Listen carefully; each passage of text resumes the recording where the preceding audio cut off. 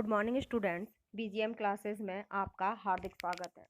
आज हम पढ़ने जा रहे हैं सिंधु सरस्वती सभ्यता।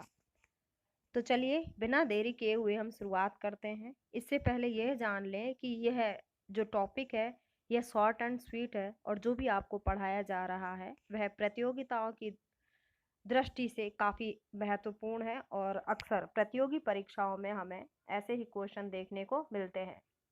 तो चलिए शुरुआत करते हैं। सिंधु सरस्वती सभ्यता 1921 में दयाराम साहनी ने रावी नदी के तट पर हड़प्पा स्थल का उत्खनन किया। 1922 में राखलदास बनर्जी ने फिर सिंधु नदी के किनारे मोहनजोदड़ो स्थल की खोज की। तो 1921 में दयाराम साहनी ने रावी नदी के तट पर हड़प्पा की खोज कर दी। उसके बाद में जब 1922 आता है तो राखलदास बनर्जी ने सिंधु नदी के किनारे मोहनजोदड़ो स्थल की खोज की। वैदिक साहित्य में सरस्वती नदी को नदी तमे देवी तमे अम्बे तमे कहा गया है। डॉक्टर BS माकड़सर इन्होंने सरस्वती नदी के प्रवाह मार्ग को जानने के लिए अभियान चलाया। मोहनजोदड़ो का अर्थ होता है मुर्दों का टीला या फिर कहें नखलिस्तान। इस सभ्यता में सुनियोजित नगर नियोजन सड़कें समकोण पर काटती हुई दिखाई देती हैं। प्रत्येक घर में जल की निकासी के लिए नालियों का प्रबंध था। नालियों को जोड़ने व प्लास्टर में मिट्टी, जिप्सम और चूने का प्रयोग होता था। सड़कों की नालियों में मैनहोल अर्थात तरमोखे मिले हैं। नालियों के बीच बीच में चैम्बर या फिर कहें शोध गर्त भी मिले हैं। इससे क्या होता था, नालियों के अंदर जो भी अपशिष्ट पदार्थ बहकर आता था तो वह इन चैम्बरों में आकर गिर जाता था और पानी था वो सीधा निकल जाया करता था। फिर उसके बाद में जब आवश्यकता होती थी तो ये जो चैम्बर थे इनके चैम्बर के अंतर्गत जो गंदगी थी, गंदगी को ये लोग बाहर निकाल दिया करते थे और ये जो चैम्बर हैं वो ढक्कन से ढके हुए होते थे। मोहनजोदड़ो से हमें विशाल स्नानागार के अवशेष मिले हैं जिनका आकार 39 इंटू 23 इंटू 8 फीट है। इनके फर्श व दीवारों पर ईंटों का प्रयोग होता था। हड़प्पा व मोहनजोदड़ो से हमें विशाल अन्नागार के अवशेष मिले हैं। धौलावीरा जो कि गुजरात में है, यहाँ से हमें विशाल स्टेडियम के प्रमाण मिले हैं। लोथल से हमें पक्की ईंटों का एक ढांचा मिला है जिसे SS राव ने गोदीवाड़ा या फिर डाक यार्ड या कहें बंदरगाह का हिस्सा इसके रूप में लोथल की पहचान की है। ये जो लोथल था इसका प्रवेश द्वार भोगवा नदी से जुड़ा था जिससे गोदीवाड़ा में पानी आता था।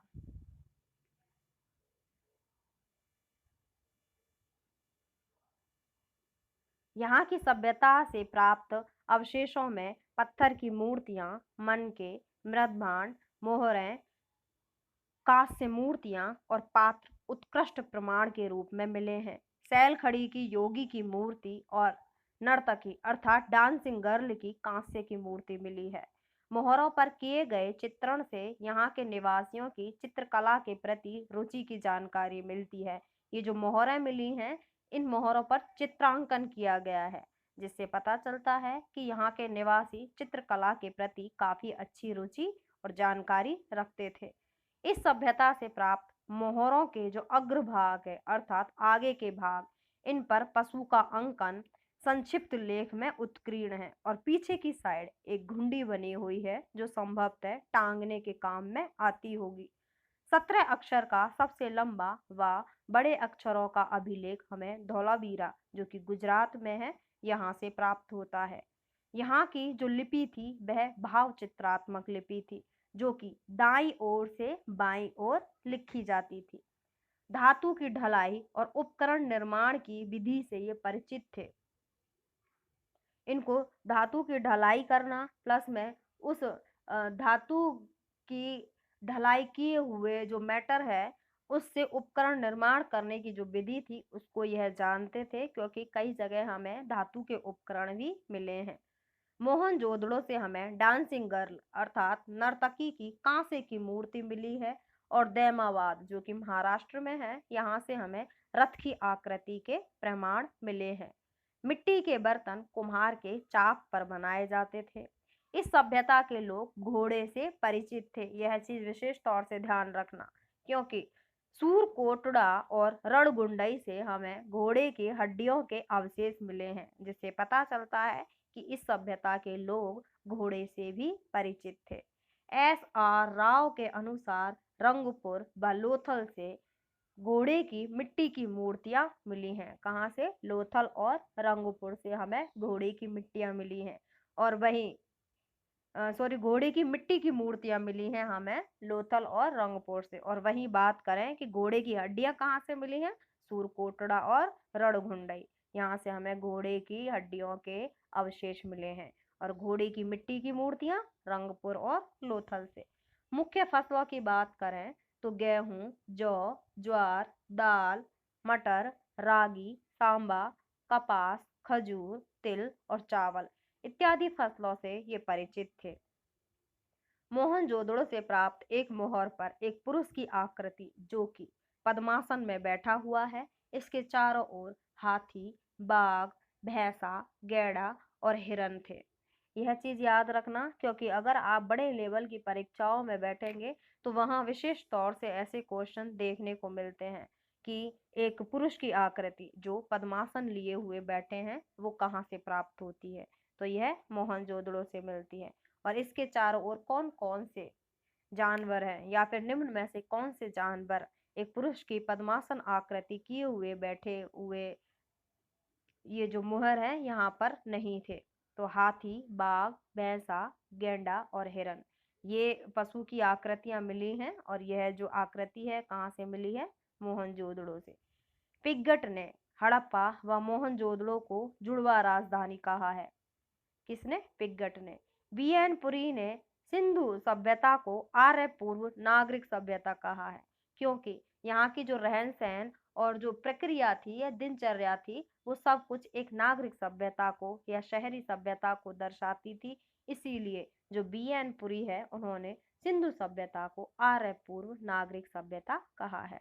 मोहनजोदड़ो के टीले की खुदाई से इसके 9 बार बसने और 9 बार उजड़ने के अवशेष हमें मिले हैं।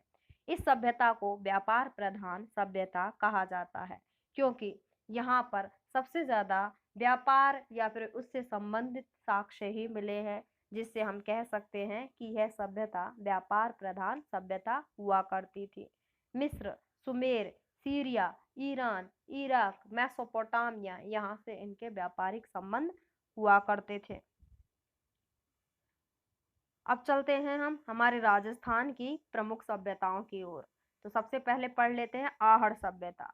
यह सभ्यता उदयपुर जिले की बल्लभनगर तहसील में बनास की सहायक नदी वेड़च, जिसको आयड़ नदी के नाम से कभी पुकारा जाता था, इसके किनारे स्थित है। इसे बनास संस्कृति भी कहते हैं। अब बनास संस्कृति इसको इसीलिए कहते हैं क्योंकि बनास नदी की सहायक नदी बेड़च या आयड़ नदी के किनारे बसी हुई है, इसीलिए इसको बनास संस्कृति के रूप में भी जाना जाता है। इसके खोजकर्ता रतन चंद्र अग्रवाल और अक्षय कीर्ति व्यास थे। उत्खनन अर्थात खोज तो कर दी रतन चंद्र अग्रवाल ने और अक्षय कीर्ति व्यास ने, मगर इसकी खुदाई कौन करते हैं? H.D. सांकलिया, जिसका पूरा नाम है हसमुख धीरजलाल सांकलिया। यहाँ स्थित महाशक्तियों के टीले में स्थित आघाट दुर्ग को स्थानीय भाषा में धूलकोट कहा जाता है। ताम्र धातु के अत्यधिक प्रयोग के कारण आहड़ को ताम्रवती नगरी भी कहा जाता है, क्योंकि यहाँ पर तांबे के सबसे ज्यादा औजार मिले हैं और तांबे के धातु का सबसे ज्यादा प्रयोग ये लोग किया करते थे। यहाँ संयुक्त परिवार व्यवस्था थी। एक ही घर में 4 से 6 तक बड़े चूल्हे के प्रमाण मिले हैं। चावल से ये लोग परिचित थे। तांबे गलाने की एक भट्टी, एक तांबे के मटके से 2 तांबे की कुल्हाड़ी तथा 6 तांबे के सिक्के प्राप्त हुए हैं। यहाँ के मृदभांड लाल और काले मृदभांड संस्कृति के अंतर्गत आते हैं और इन्हें उल्टी तपाई विधि से तैयार किया जाता था। तो यह चीज याद रखना कि कहाँ के मृदभांडों को उल्टी तपाई से तैयार किया जाता था, तो वो आहड़ सभ्यता के जो मृदभांड हैं उनको उल्टी तपाई से तैयार किया जाता था। आवासीय भवनों की नींव ईंटों से बनी हुई होती थी। दीवारें व नींवों को मजबूत एवं सौंदर्ययुक्त बनाने हेतु मिट्टी में क्वार्ट्ज के टुकड़े और चिप्स के मिश्रण का प्रयोग करते थे। ये जो दीवार और नींव है तथा जो घर है उसको अच्छा बनाने के लिए कि दिखने में काफी अच्छा लगे, इसके लिए मिट्टी में क्वार्ट्ज के टुकड़े और जो चिप्स होती है उसके मिश्रण का प्रयोग किया करते थे। उसके बाद में आता है आपका कालीबंगा।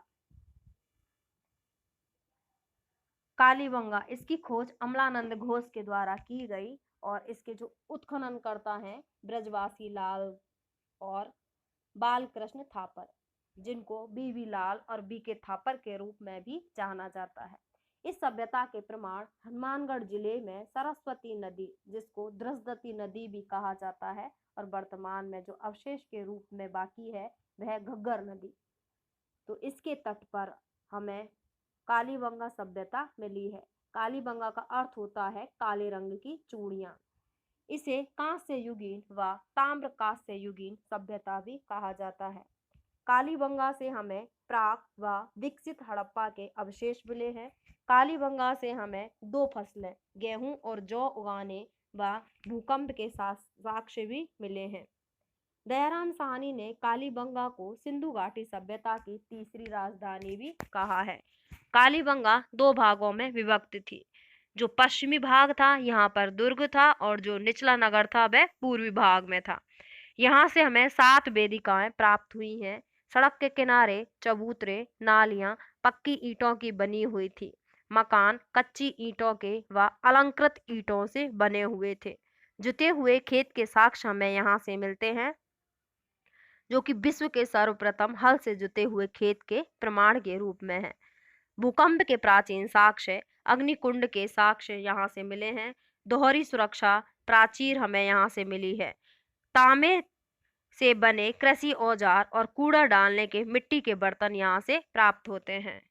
यहाँ से हमें वृषभ मूर्ति, हाथी दांत का कंगा व मृदभांड, जो कि कत्थई रंग के हैं, प्राप्त हुए हैं। शल्य चिकित्सा के अवशेष हमें यहाँ से देखने को मिलते हैं तथा 1985 से 86 के अंतर्गत भारत सरकार ने कालीबंगा के यहाँ पर संग्रहालय बनवा दिया था। इसके बाद में आ जाता है बालाथल सभ्यता। जो बालाथल सभ्यता है उदयपुर से पूर्व में 42 किलोमीटर दूर ऊटाला गांव में, वर्तमान में बल्लभ नगर नाम में यहाँ से जाना जाता है। अर्थात अगर उदयपुर से बात करें तो इसके पूर्व में 42 किलोमीटर दूर ऊठाला गांव आता है, जो कि वर्तमान में बल्लभ नगर नाम से बसा हुआ है। इसकी उत्खनन की बात करें तो 1993 में BN मिश्र के नेतृत्व में उत्खनन होता है। यहाँ ताम्र पाषाण युग की संस्कृति के दर्शन होते हैं। उपकरण के रूप में यहाँ कुल्हाड़ी, चाकू, छेनी, उस्तरा, बाण के फलक, पत्थर से बने औजार और लोहा गलाने की भट्टियां मिली हैं। यहाँ लोहा गलाने की 5 भट्टियां, नलकूप तथा हाथ से बना हुआ कपड़ा व मकानों का भवन इत्यादि प्राप्त हुए हैं। उसके बाद में नेक्स्ट आता है आपका चंद्रावती। चंद्रावती की खोज 1822 में जेम्स टॉड के द्वारा की गई और इसके उत्खननकर्ता डॉक्टर जीवन खरकबाल है। सिरोही में माउंट आबू की तलहटी में चंद्रावती के नाम से एक प्राचीन शहर के अवशेष मिले हैं। इसके पश्चिम में एक विशाल किले के अवशेष हैं, जिसके मध्य भाग में 33 मंदिरों के अवशेष हैं, जो हिंदू तथा जैन धर्म से संबंधित था। यह शहर शेवाणी नदी के तट पर बसा हुआ है। कौन सी नदी? शेवानी नदी। यहाँ से प्राप्त मूर्तियां माउंट आबू संग्रहालय में सुरक्षित हैं। एक बड़े कमरे में बड़ी संख्या में अनाजों के जले हुए बीज तथा अनाज पीसने की गट्टी का भाग भी खोजा गया है। उत्खनन में 3 विशाल भवनों में घोड़े एवं मनुष्यों की मृण मूर्तियां, मिट्टी व लोहे की वस्तुएं प्राप्त हुई हैं। यहाँ परमार शासकों की राजधानी हुआ करती थी। किले के प्रवेश द्वार पर संवत 1325 का एक अभिलेख मिला है। चंद्रावती के क्षेत्र से पाषाण कालीन उपकरण तथा शैल चित्र हमें देखने को मिलते हैं। नेक्स्ट आ जाता है बैराट सभ्यता।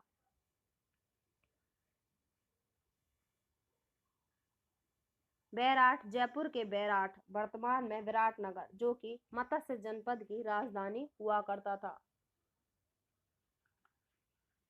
इस सभ्यता के स्थल बीजक की पहाड़ी, भीमडूंगरी तथा महादेव डूंगरी इत्यादि स्थानों से प्राप्त हुए हैं।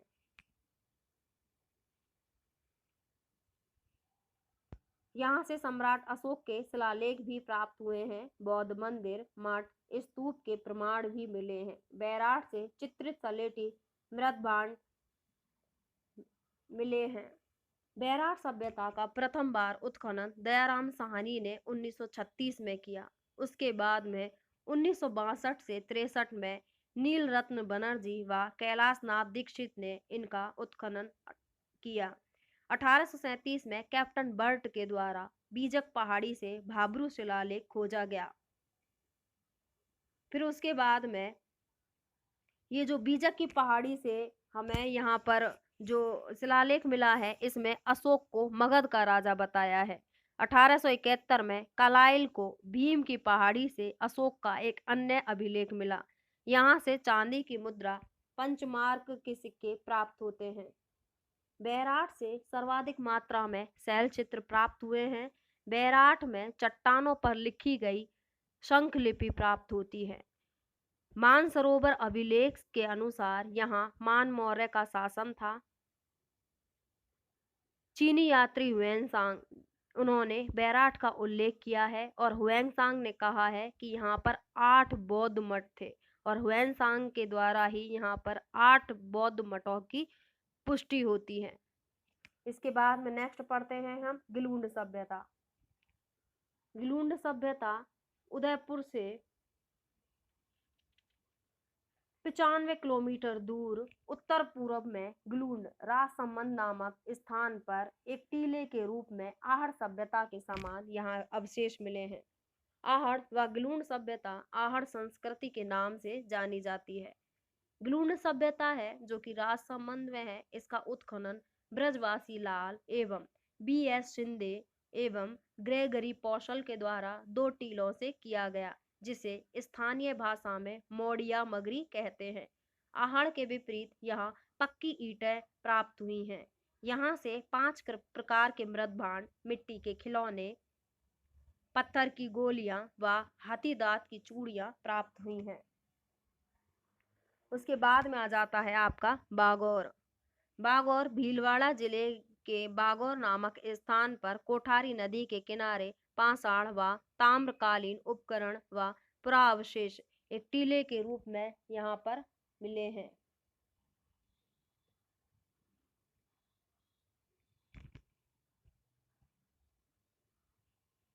एक और सभ्यता का नाम आता है ओजियाना। ओजियाना जो कि भीलवाड़ा में ही है। वर्ष 2000 ईस्वी में BL मीणा तथा आलोक त्रिपाठी के द्वारा उत्खनन से बैल तथा गाय की मृण मूर्तियां मिली हैं।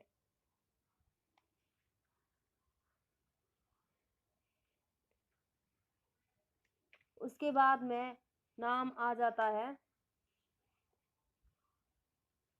कुराड़ा, जो कि नागौर में है। ताम्र सामग्री के अतिरिक्त यहाँ पर प्रणाल युक्त अर्धपात्र प्राप्त होता है।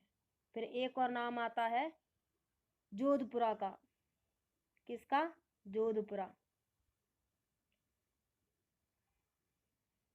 यहाँ उत्खनन कार्य रतन चंद्र अग्रवाल व विजय कुमार के निर्देशन में हुआ। यह सावी नदी के किनारे अवस्थित है। यहाँ से ताम्रकालीन सभ्यता के प्रतीक कशिक वर्णी मृदभांडों का जमाव है।